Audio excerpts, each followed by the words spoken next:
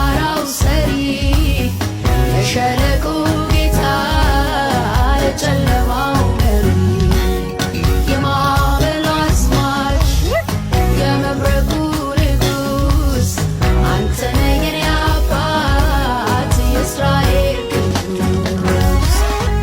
እስቲ ይህንን መዝሙር ደግሞ ስሙት። በወደድኩት ሳይፈስ ለእኔ በተመቸኝ የሕይወቴ ጎዳናው ለምን ሲያሰኘኝ ሁሉን አያይዞ ለበጎ ሲያደ